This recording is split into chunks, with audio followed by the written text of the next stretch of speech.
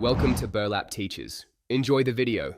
In this video, I will explain how to program a Nissan Murano key fob. First, gather every key fob you intend to program, including any that already work. Make sure all your vehicle's doors are closed and locked. Then, get inside your Murano with your key fob ready. This initial setup ensures a smooth programming process for all your remotes. Now, let's enter programming mode.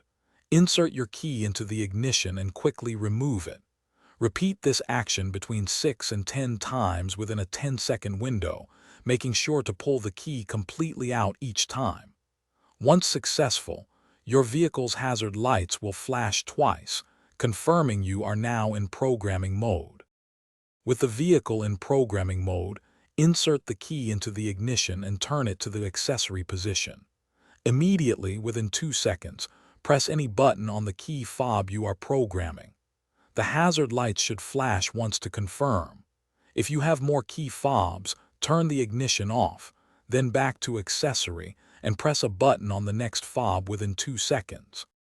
To exit programming mode, simply remove the key from the ignition, then open and close the driver's door. Now, it's time to test your work. Try each programmed key fob to ensure it successfully locks and unlocks your Murano's doors. If your vehicle has a push-button start, also confirm that the engine starts correctly.